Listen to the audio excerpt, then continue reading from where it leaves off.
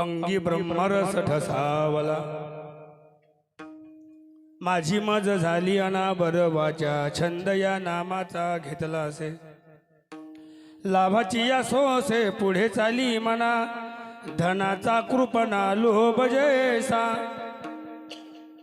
माझी मज झाली अनावरवाच्या, छंद या नामाचा घेतला असे, तुका म्हणे गंगा सागर संगमी, अवघ्या झाल्या उर्मी एकमय, माझी मज झाली अनावरवाच्या, छंद या नामाचा घेतला असे, ठाला विठाला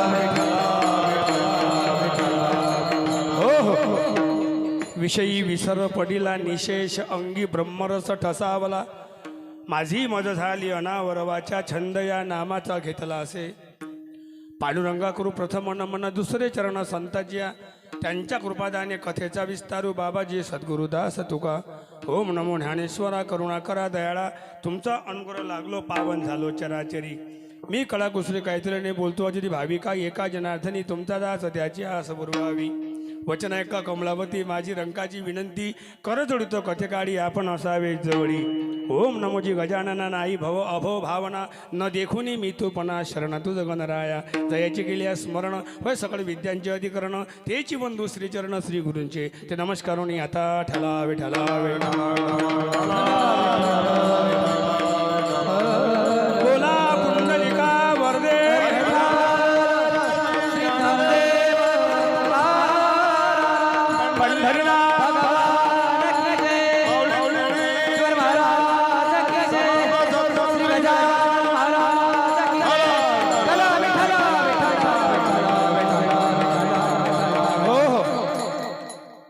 विषयी विसर पडिला निशेष, अंगी ब्रह्मरस ठसावला, माझी मज झाली अनावरवाच्या, छंद या नामाचा घेतला असे, उपस्थित सर्व दारवा येथील काही परगावकरी, इतर गावातील लोक समजा, सर्व भावी भक्त, माता पिता, बंधुवानी, भगिनी, बालगोपालांनो, गेल्या 1 तारखेपासून तर आता 6 तारीख आजची आहे, आज 6व्या दिवसाची सेवा माझ्या वाट्याला आलेली आहे.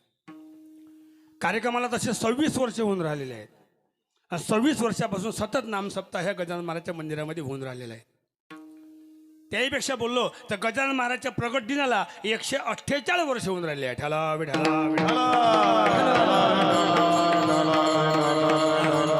आणि 148वा हा प्रगट दिन महोत्सव आपण साजरा करून राहिलेला आहोत. आणि गजानन महाराजांचा प्रगट दिवस साजरा करणे किंवा त्या उत्सवात सामील होणे म्हणजे आपल्यातला गजानन प्रगट करणे आहे. आपल्यातला गजानन प्रगट करणे आहे. जोपर्यंत आपण ते सगुण देवाची पूजा करणार नाही, मूर्तीची पूजा करणार नाही, भाव ठेवणार नाही, श्रद्धा आपली बसणार नाही, तोपर्यंत आपल्यातले की जागा होणार नाही. मग त्याची पूजा प्रथम करावी लागते आणि मग निर्गुण तुम्हाला शोधावा लागतो. पण ते सगुण पूजा केल्याशिवाय निर्गुणाची प्राप्ती होणार नाही. ठाला विठाला. आणि 6व्या दिवशी आलेली सेवा माझ्याकडे आणि घेतलेला अभंग जगद्गुरु तुकोबारायाचा. तुकोबाराय या अभंगातून समाजाला सांगायला लागले, बाबा रे, आमच्या जीवनाचं परिवर्तन झालं, तुमचं परिवर्तन व्हावं हा माझा उद्देश आहे. हा माझा उद्देश आहे. तुमचे परिवर्तन व्हावं. आम्ही बी घडलो, तुम्ही बी घडा ना. फुला संगे दोरा बिघडला, हारची जाहला, सागरा संगे नदी बिघडली, सागराची जाहला, आणि विठू संगे तुका बिघडला, आणि पांडुरंग जाहला. म्हणून तुझं व्हावा आहे देव, आणि तरीच हा सुलभ उपाव. हा घ्या माझा अनुभव, हा माझा अनुभव आहे. माझ्या जीवनामध्ये माझं एवढं परिवर्तन झालं, प्रपंचात राहून सुद्धा विषयी विसर पडिला निशेष. हा प्रपंचात राहून बरं, कारण तुम्ही आम्ही सर्व लोक प्रपंचिकच आहोत. हा मग आपण सर्व प्रपंचिकच आहे. पण प्रपंचाच्या आसक्तीमध्ये न राहता थोडाफार प्रपंचाचा त्याग करून परमार्थाकडे वळणे म्हणजे विषयाचा त्याग करणे आहे. आपलं काय होते, संत सांगता, बाबा रे, तुम्हाला प्रपंचात राहिले कोणालाच मनाई नाही आहे, कोणाला मनाई आहे. पण प्रपंचात कसं राहावं ते आमच्यासारखं राहावं. आणि आमच्यासारखं राहता येत नसेल तर पशु पक्षासारखं तरी राहावं. प्रमाण आहे. पक्षी अंगणी उतरती ते का गुंतुनी राहती, तैसे असावे संसारी जोरी प्राचीनाची दोरी. वस्तीकर वस्ती आला आणि प्राप्त गाडी उठून गेला. पाण्यात नाव असावी, नावेत पाणी नसावं. नावेत पाणी नसावं, संसारी असावे, असूनी नसावे. आणि त्या पद्धतीचे आम्ही वागत गेलो. आणि पांडुरंगानं आमच्यावर कृपा अशी केली का विषयी विसर पडीला निशेष. तुम्हा आम्हाला थोडाफार विषयाचा त्याग करायचा आहे. महाराज, विषयाचा विसर पडला म्हणता, कसा काय पडला हो? एक लहानसं प्रमाण सांगतो. कापुराच्या वाती उजळल्या ज्योती, कापुराच्या वाती उजळल्या ज्योती.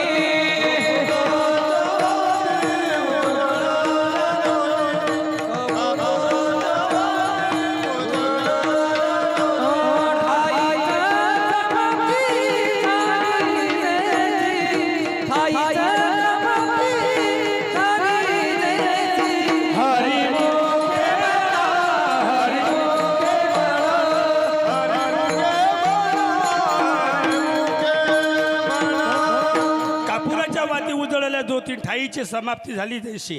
ज्या ठिकाणी ज्या जागेवर कापूर लावला ते जागाही लवकर दिसत नाही, आणि जागा जर दिसली तर कापुराची राखही शिल्लक नाही.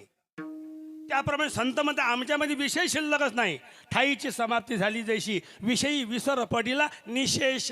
कोणत्याही प्रकारचा शेष शिल्लक राहिलेला नाही. हा, मग विषय कसे काय महाराज? तो विषय 5 आहे. शब्द, स्पर्श, रूप, रस आणि गंध, असे 5 विषय आहे.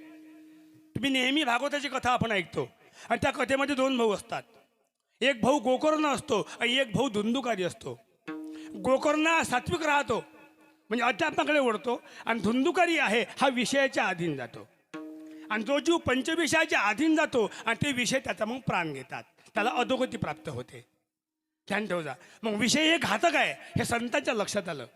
विषय हे घातक आहे म्हणजे मारक आहे, आणि नाम हे तारक आहे. जेव्हा लक्षात आलं तेव्हा देवाला प्रार्थना केली, हे परमेश्वरा प्रपंच वसरो, चित्त तुझे पायी मुरो, ऐश करी गा पांडुरंगा, आणि शुद्ध रंग व्हावे रंगा.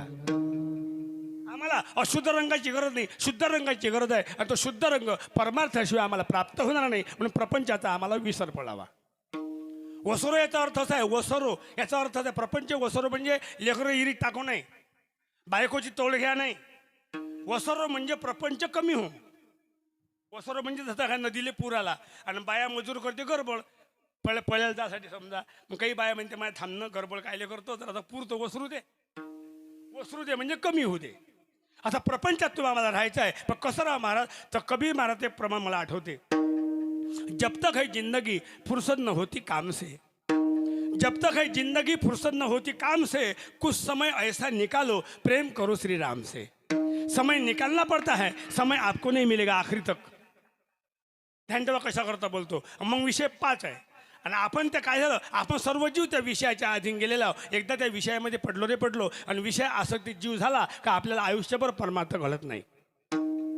शेवटी आखरी स्टेप त्याची येऊन जाते. अरे बाबा रे, अरे देवा रे, मरतो रे बा. पंढरपूर गेलता, महादेवा गेलता,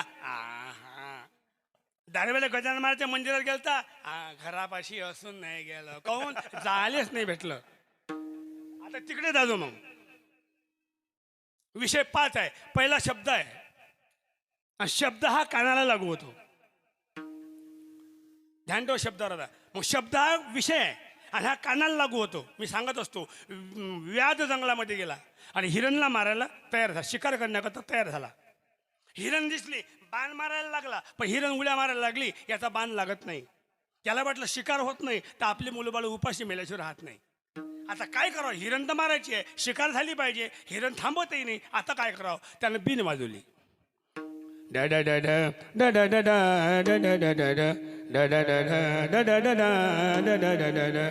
त्यानं बीन वाजवल्याबरोबर हिरणच्या कानाला गोळवा निर्माण झाला आणि हिरण थांबली.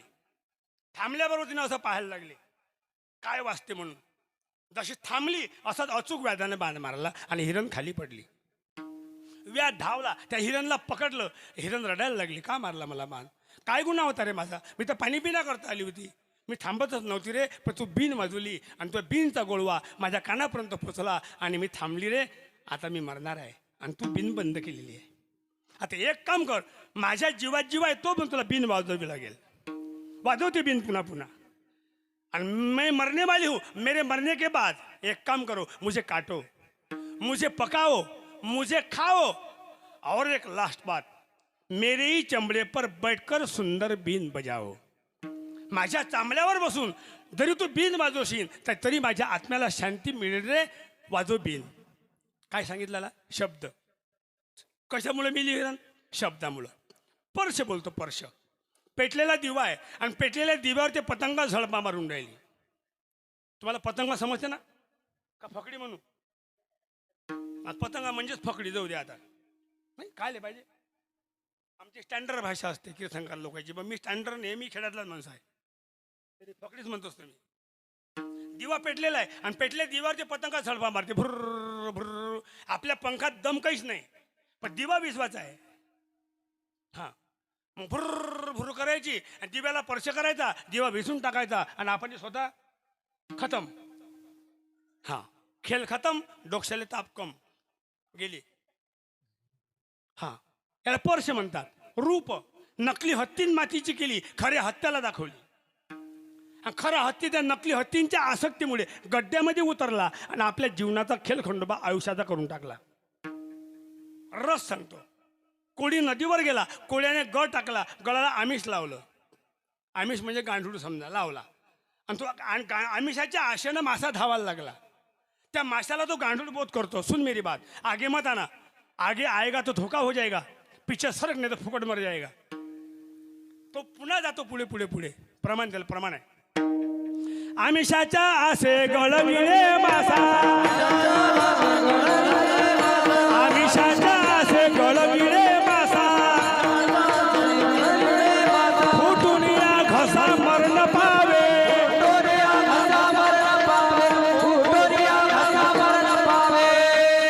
तो गांडूळ म्हणतो माशाला, इधर मत आना धोखा हो जाएगा, पीछे सरक. अरे सुन मेरी बात, जाली तो सब जल गई.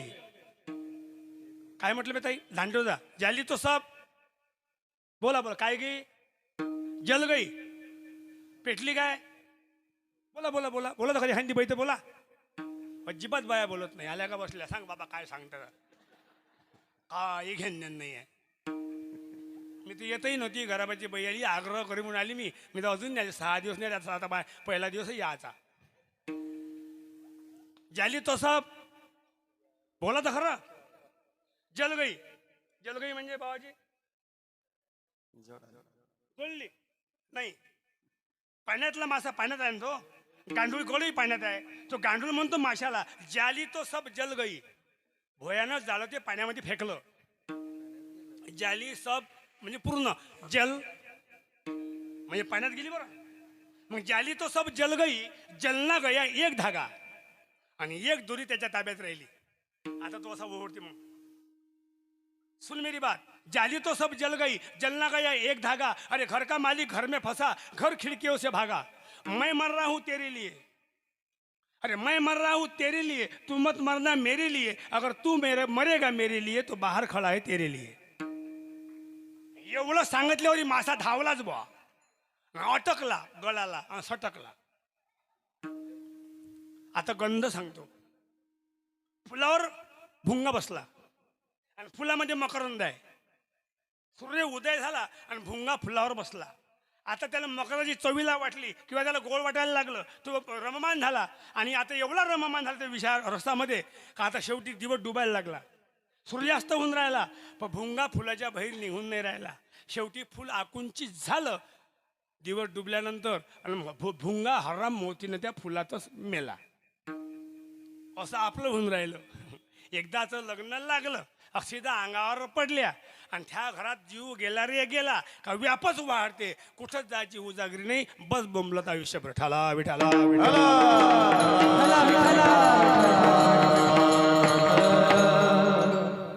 हा मग काय होते महाराज, लग्न लागलं काय होते, व्यापच वाढते ना.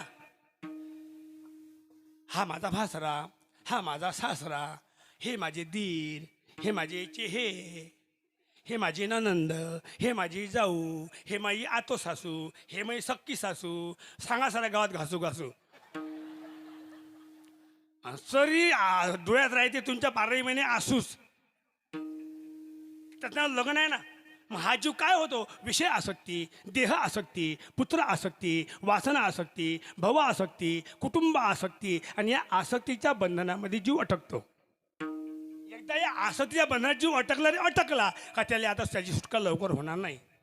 संत सांगतात आम्हालाही प्रपंच होता, आम्ही प्रपंच केला, पण आम्ही अटकलो नाही. आम्ही सटकाचेच प्रयत्न केले. कारण संताच्या लक्षात आलं. त्याला कसं काय लक्षात आलं महाराज? एक ज्ञानेश्वरीची ओवी आहे, विषयी रांधले रस सोये, जेवणाराशी ठाऊकची होय, तै तो ताटची सांडूनी जाये जयापरी.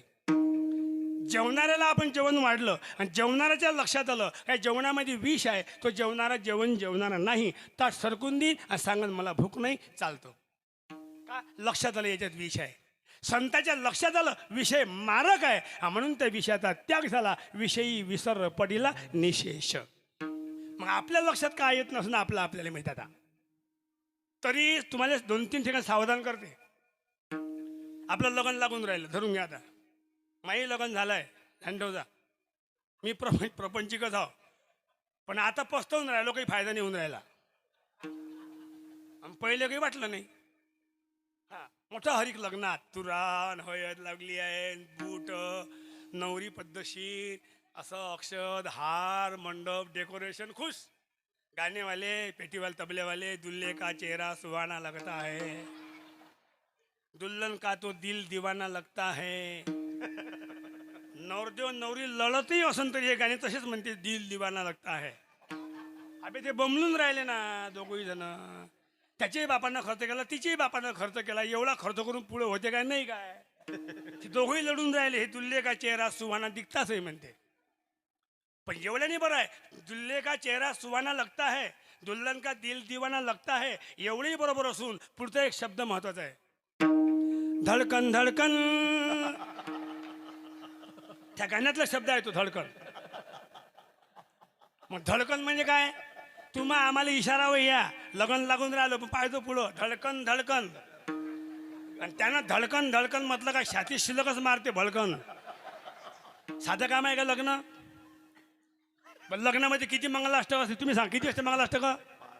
बोलत जा. आता कशा बोलल्या बरोबर तुम्ही लग्नात ऐकता ना तुम्ही कांदी म्हणून. 5 मंगलाष्टक लग्नात असते, तर 4 मंगलाष्टक तुम्हाला ऐकायची काही गरज नाही. नाही ऐकलं काही फरक पडणार नाही. पण 5वं मंगलाष्टक ताकदनं म्हणते ब्राह्मण. कोणतं? आली. आणि त्यानं आली म्हटलं का समजून जा का आता आली. कारण तो सांगते ना आली म्हणून. त्यानं आली म्हटलं का आपण समजून घ्या आता आपली आली. आणि इथून सुरुवात झाली. पण आथो म्हणते आली आणि आपण अधिक समोर सरकतो. आपल्याला वाटते आली का नाही आली बा. हे आली या शब्दावर रामदास स्वामी लग्नातून पळाले तर पुन्हा दिसले नाही. आली म्हटल्याबरोबर त्या लक्षात आलं का हे जर आता आली म्हणते तर पुढं किती घेईन बा. त्यापेक्षा प्रपंचात नाही पडलो ते परवडत. रामदास स्वामी पळाले आणि आपण पळत नाही, अधिक समोर सरकतो. त्याचाही काही वाद नाही आहे. मग ज्याच्या घरात ही नवरी गेली असं त्या घराचा उद्धारच झाला उद्धार त्या घरात. आता कारण बुड्याच्या गोष्टीत तशा असते म्हाताऱ्या बाईच्या. लग्न करतो बाई यंदा पोराचं, आता नाही होत बाई आपल्याकडून पहिल्यावानी कामं. पहिले किती कष्ट केले बिचारे, किती कष्ट केले. म्या पुरी चिरून पाणी भरलं 2-2 गुंडानं. आता स्टीलचं भरणं मला उचलून नाही राहिलं, ताकद नाही राहिली बिचारे पहिल्यावानी. देवाला प्रार्थना करतो लग्न होऊ दे यंदा पोराचं. सून आली म्हणजे जर असा आराम पडला तर पडला. त्याला माहिती आहे सून आली म्हणजे आराम पडते म्हणून. लगेच दुसरी बुटी गेली म्हणजे माझ्या मस्त विषय काढला. त्या लग्न पोराचं केलं, सुनाली म्हणजे आरामच पडते. कारण मी लग्न केलं पोराचं, मला सुनाली म्हणजे पुरा आराम झाला आहे. एवढा आराम मला पाहिजे नव्हता तेवढा दिला माझ्या सुनीनं. मी तर बाई इच्छी काढी तिथेही देत नाही, दिल्ली तर काढी म्हणजे सून देत नाही. एवढा आराम आहे मला. येऊ दे सून. मग सून आली म्हणजे मग आराम पडते. आता म्हाताऱ्या काही बुड्या असतील, तुम्हाला सुना आल्या असन चांगला आराम असन ना. हा खाशीन तर खा, नको खाऊ. कुठे गेली ती मराले जरा लेकराले पाहत नाही, मार हिंडत राहते, खायला बरोबर येते. अशा करते बाय. ध्यान ठेवता कशा करता बोलतो. मग सुनी आराम देते सासूले. किती देते माहिती आहे तुम्हाला? मी सांगतो. जास्तीत जास्त दिवाळीपर्यंत आई व काय वय व चहा मांडू आई मांडणं, बाबाला आवाज देऊ आई देणं, डोक्यावरला पदर खालणे पळत खालची मान वर्त नाही करत आणि चालती तर बिलकुल पद्धतशीर आराम अशी पाय देऊ देऊ. एवढ्या आरामानं चालली का समजून जा हे कापूस याच्या लायकीची नाही आहे. कितीक दिवस आई व बाबालाही बरं वाटते, आईलाही बरं वाटते, ध्यान ठेवता आता. पण जास्तीत जास्त दिवाळीपर्यंत आई व चालते. आमच्या गावात एक पोरगी आत्याच करत जाय. आतोगरी भाषी दिली होती ना, ते पहिल्यापासून आत्याच म्हणत जाय. हे म्हणे माय तू आत्याच म्हणतो म्हणे, अजूनही मला मॅच झाली काय व सध्या सुना म्हणे आई म्हणते सासूला, तू आई आत्याच म्हणतो म्हणे, तू इथं बाई मला सरमच लागून राहिली. नाही हो म्हणे आई माहीत चुकलं, आजपासून मी तुम्हाला आईच म्हणत जाईन. तुम्हाला आई म्हणत जाईन, मामाजीला बाबा म्हणत जाईन आणि यायला दादा म्हणत जाईन. आता कितीक दिवस? जास्तीत जास्त दिवाळीपर्यंत. आणि दिवाळीला तुमची सून गेली आणि तिले न्यायालय तुमच्या पोरगा गेला आणि याचं माप तेईनं घेतलं कपड्यासाठी. गेले कपडे शिवतील तिकडे, मग याचं माप तेईनं घेतलं आणि तिची बासंती यानं खाल्ली आणि तिकून दोघंही जण जेव्हा वापस येते तेव्हा तिचंही आई म्हणणं बंद होते आणि याचंही आई म्हणणं बंद होते. बुढीने समजून जा सिलेंडर दुसरा भरायला लागते. मग शेजारच्या बाया पुन्हा मजा घेते. आता बाई तुमच्या पोराचं लग्नच झालं, आता बाई तुम्हाला आरामात असन, आता धक्काच लागत नसन, आता गरमच जेवायले असन. तर इले म्हणलं की माय काही नाही आहे, कायचं गरम न कायचं नरम सांगायची शरम आहे. दिवाळीपासून तर लयच बिघडलं. आणि असं होतही नाही. माया पोरग मला आई नाही म्हणत, सून नाही म्हणत, मला पोरग आई नाही म्हणून राहिलं. असं होतं काय? माया पोरग सरे गावाले माहिती आहे पूर्ण कसं होतं. माया पोरग हप्ताभर कमाई करे, त्यातले पुरे पैसे मापाशी दे, त्यातले 200 मला मागे काही वाटून नाही राहिलं. आता बिचारे दिवाळीपासून 1 रुपया दाखवून नाही राहिला, जेवढी कमाई करते. मला तर मी पोरांना मॅटच केलं. माया तर अंदाज आहे असं माया पोरग होतच नाही. हे न्यायालय गेलं तेव्हापासून असंच करून राहिलं. माया तर अंदाज आहे तेनं यायले घातलं काहीतरी. तुमचं काय मत आहे? संशय नाही, खरं आहे हे संशय म्हणा. तेने यायला घातलं झाले भांडणं सुरू तुमच्या. आता प्रपंचात तुम्हाला सुख आहे काय? सांगू लग्न पोराचं करा, पोरीचं करा, तुम्ही प्रपंचात राहायचे प्रयत्न करा. तुमच्या आयुष्यात तुम्हाला सुख नाही, कारण संसारामध्ये सुख नाही आणि ते सुख परमार्थामध्ये आहे. ध्यान ठेवजा. सर्व सुखाची या आशा जन्म गेला, क्षणयक मुक्ती यज्ञ नाही केला. हिंडता दिशा शिन भावना,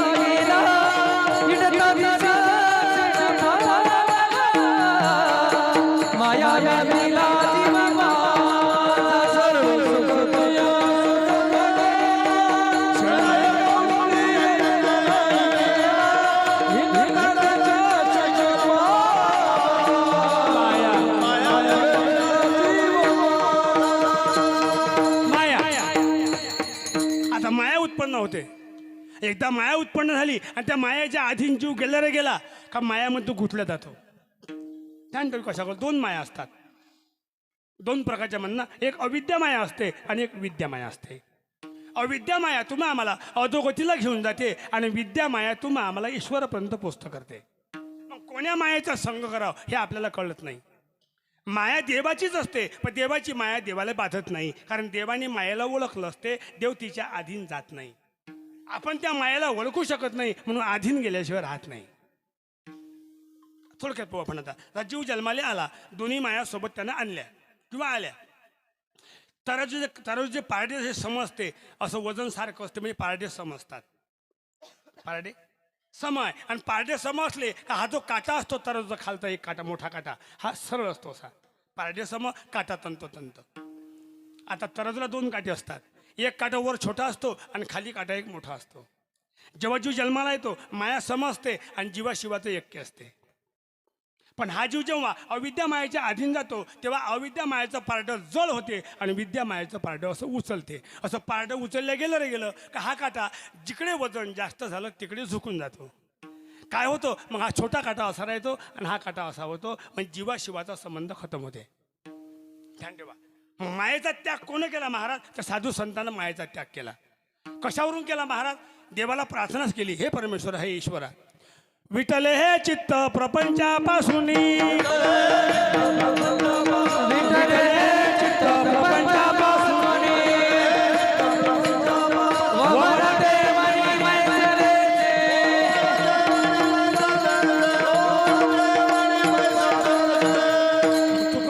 प्रपंचात राहिले. देवाला प्रार्थना केली, विषयाचा त्याग केला. एवढा त्याग झाला विषयी विसर पडिला निशेष. निशेष म्हणजे एवढा विसर पडला का निशेष कोणत्याही प्रकारचा शेष शिल्लक राहिलेला नाही. आता शेष नाही म्हणजे काही नाही मी सांगत असतो. तीच आपण धान शेतामध्ये फेकला पाणी ओलवलं आणि 8 दिवसानं पाहायला गेलो त्या धानाला शेष येते. अंकुर म्हणा का शेष म्हणा. पण उकळलेला भात शेतामध्ये फेकला आणि पाणी ओलवलं आणि 8 दिवसांनी जर पाहायला गेलो त्याला काय येणार आहे? त्याचं नाव आहे निशेष. ज्वारी शेतामध्ये फेकली पाणी वळवलं 8 दिवसांना पाहायला गेलो ज्वारीला कोंब किंवा शेष येते. पण त्या ज्वारीच्या लाया भाजल्या आणि त्या लाया जर शेतात फेकल्या आणि पाणी वळवलं तर पुन्हा त्याला शेष येणार नाही. निशेष. कसं बीज भाजूनी केली लाही आम्हा जन्म मरण नाही. ध्यान ठेवा. आठवं नाठवं गेले भावा भाव झाला स्वयंमेव पांडुरंग विषयी विसर पडिला निशेष. महाराज विषयाचा विसर तुम्हाला निशेष पडला कशामुळं पडला हो? अंगी ब्रह्मरस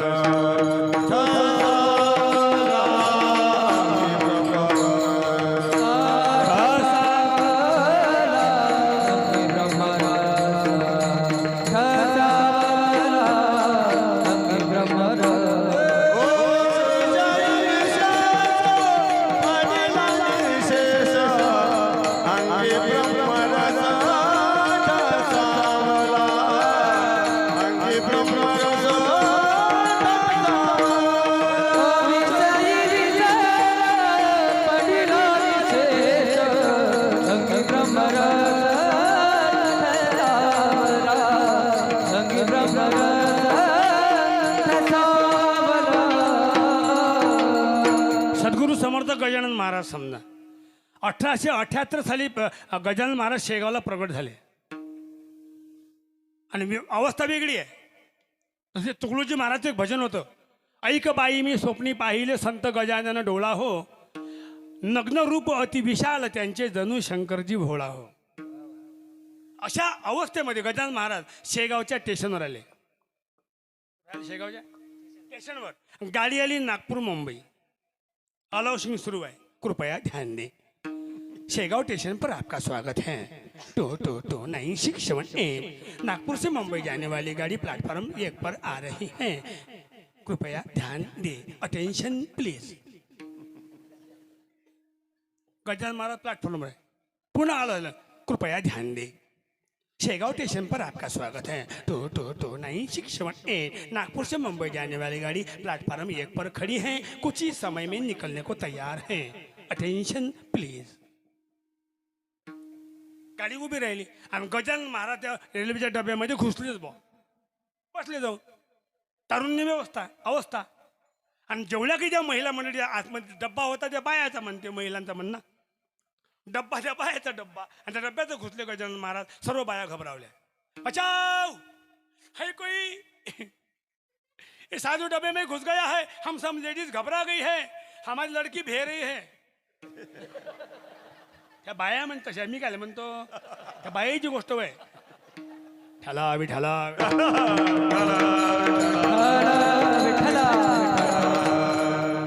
लगेच ते शिपाई गेले. काय RPF वाले रेलवे पुलिस फोर्स. क्या हो गया? देखो ये साधु डब्बे में घुस गया है, हम सब घबरा गए, लड़की घबरा रही है, बदन पे कपड़ा नहीं है। रुक जाओ, चिंता मत करना। कहाँ है ये? बैठा है। गेले पुलिस। क्या है? कहाँ जा रहा है? गाना गाना गाना आता बहुत है। बरोबर, उतरा खाली, चला खाली उतरा। गाना गाना गाना आता बहुत आहे. प्लॅटफॉर्म गजा मार उतरले. काय नाव आहे? गाणं गाणं गाणं आता बहुत आहे. कुठं जायचं आहे? गाणं गाणं गाणं आता बहुत आहे. अरे राम राम. कुठं राहायचं? गाणं गाणं गाणं आता बहुत आहे. डब्यात काय घुसला तर बाईच्या दिमाग नाही काय? गाणं गाणं गाणं आता बहुत आहे. काय करावं रे? बाकी लोकच गेले साहेबाजवळ. काय साहेब ती कोणाला विचारता? तुम्ही विचारता काय आणि हा तो म्हणतो काय? त्याचं एकच चालू आहे, गण गण गण आता बोते. त्याचा जपच सुरू आहे. तो कोणतरी योगी आहे, कोणतरी साधू आहे. तुमच्या बोलण्याचं उत्तर तो देऊ शकत नाही. डब्बा बाईचा होता का माणसाचा होता, त्याच्याकडे कोणत्याही प्रकारचा भेद शिल्लक नाही. स्त्री आणि पुरुष ज्याच्यात भेद शिल्लक नाही त्याचं नाव गजानन महाराज. हा विषय शिल्लक राहिलेला नाही, ध्यान ठेवला. मग शेवटी तो जवान पोलीस समजा गजानन महाराजच्या पाया पडला आणि निघायला लागला.